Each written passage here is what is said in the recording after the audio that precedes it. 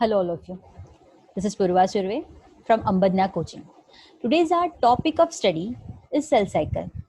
Cell cycle is the path followed by those cells which are going to divide. Now, what it is? What is cell cycle? What is cell division? We will have basic information about it in today's lecture. Let me share my screen to you. I hope you can see it. Here we go.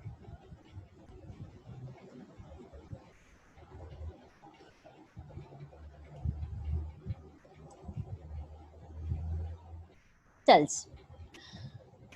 Whenever we see a newborn baby of 1 month, 2 months, let's consider 2 months.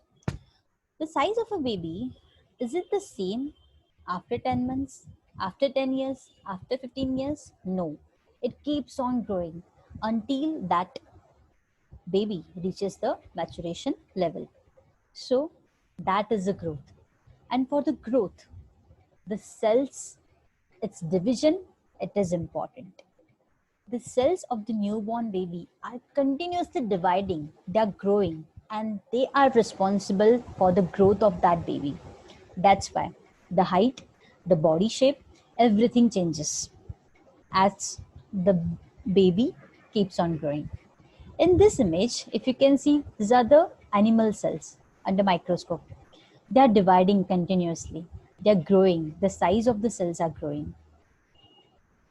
And that is the phenomenon of life. Cell division is the biggest event occurs in the cell's life. In the second picture, the cells are responsible to give rise two daughter cells. Now these two daughter cells, they have arise from one single cell by the process of cell division. Before going on the topic of the cell division, in this lecture, I'll explain the cell cycle. What is a cell cycle? The cells who are about to enter into the biggest phenomenon of the cell's life, that is cell division.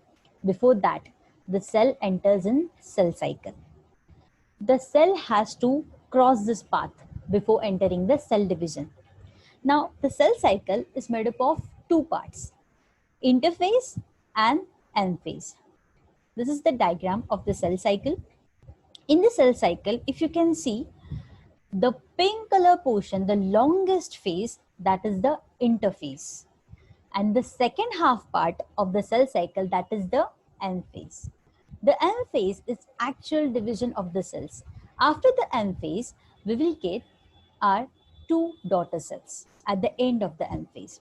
But before entering in this M phase, the cell needs to prepare for the biggest event, like the preparation of RNA, DNA, proteins, everything. So in this interphase, we will have some other additional information we'll get to know further.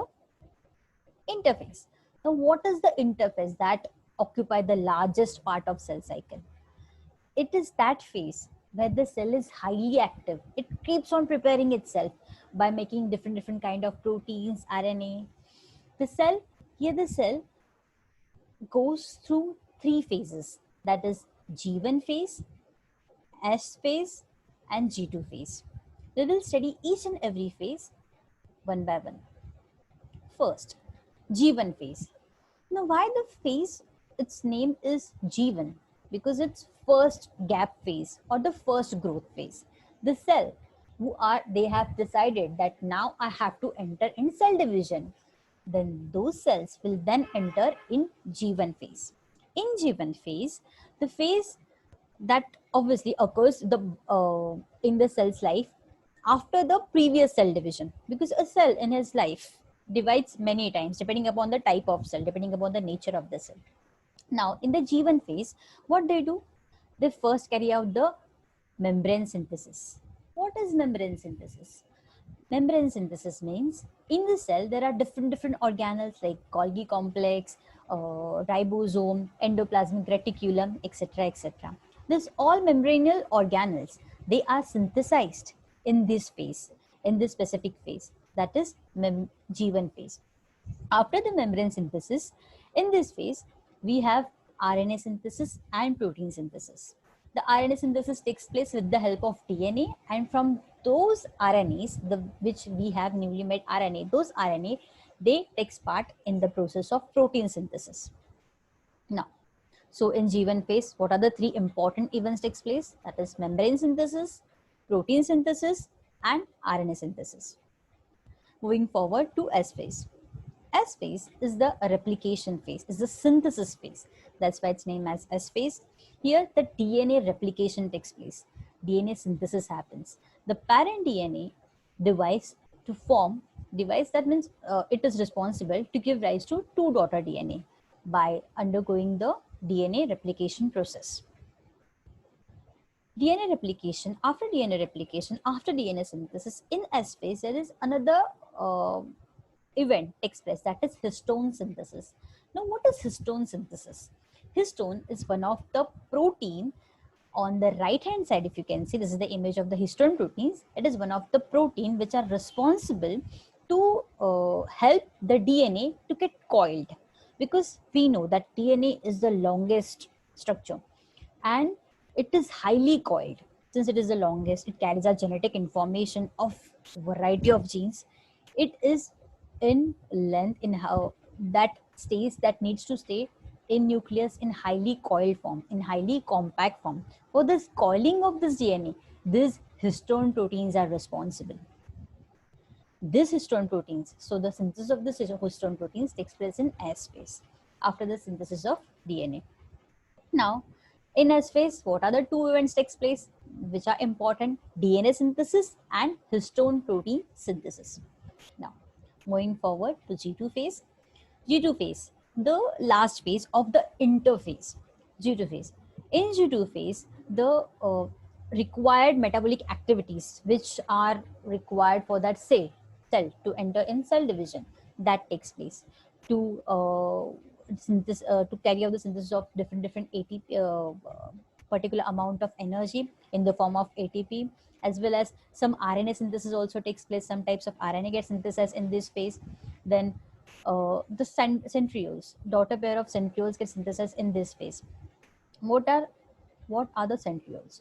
Centrioles, now when we enter into the topic of M phase, you will get to know in detail, but telling about the centrioles in brief, that is during the cell division, the chromosomes, when they get separated from each other, for the separation of the chromosomes, for to synthesize two daughter cells, for that the separation of the chromosome, that takes place with the help of centrioles. The centrioles are an organelle that stays at the end of the cell, on the poles of the cell, and they produce spindle fibers.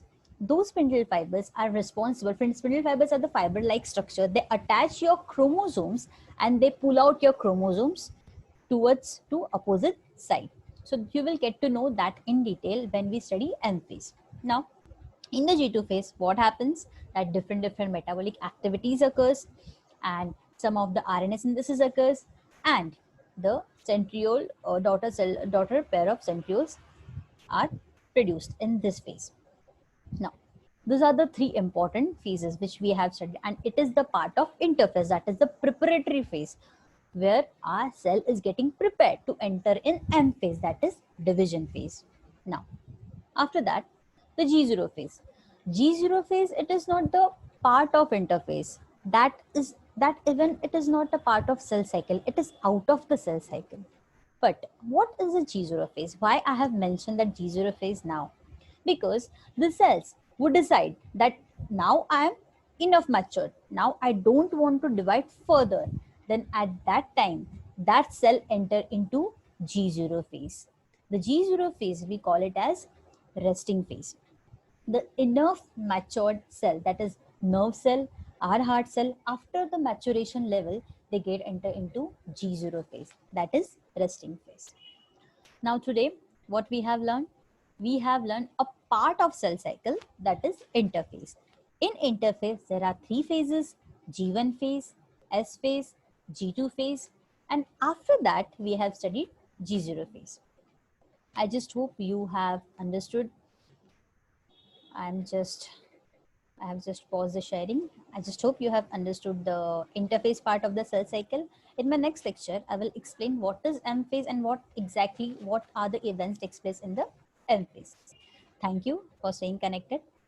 And to get information about Ambadnya coaching, what we actually do, to whom we are giving coaching and quotation, etc. For that, you can contact me on this number. Thank you for staying connected.